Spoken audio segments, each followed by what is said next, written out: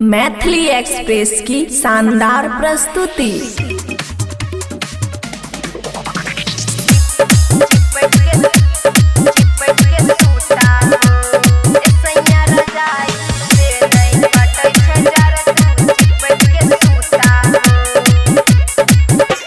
सैया रजाई से नहीं कटे छे जर तू चिपक के सूता हो।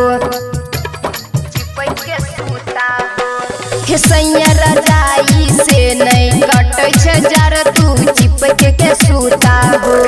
चिपक के सूता हो सैया लिपट के सूता हो। सैया रजाई से नहीं कटे छे जर तू चिपक के सूता हो।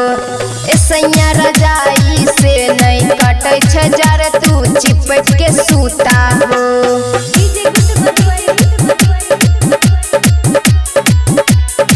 सैया रजाई से नहीं कटे छे जर तू चिपक के सूता हो।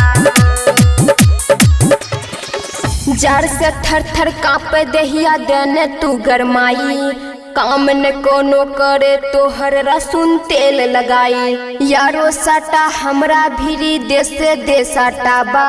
माना हमर बात सैया जल्दी कोरा में चिपकाला। ठंडा गेलई हमर जवनिया सैया चिपक के सूता हो।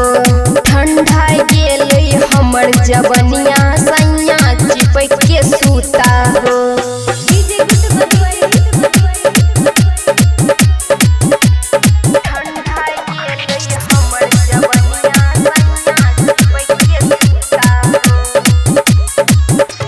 लागे बड़ी जार हमरा चोली के भीतरिया।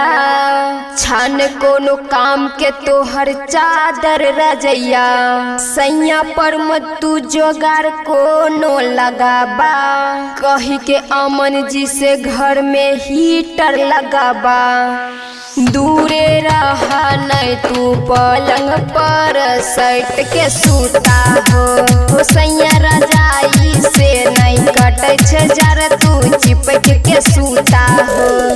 खुशी रिकॉर्डिंग स्टूडियो बलुआहा।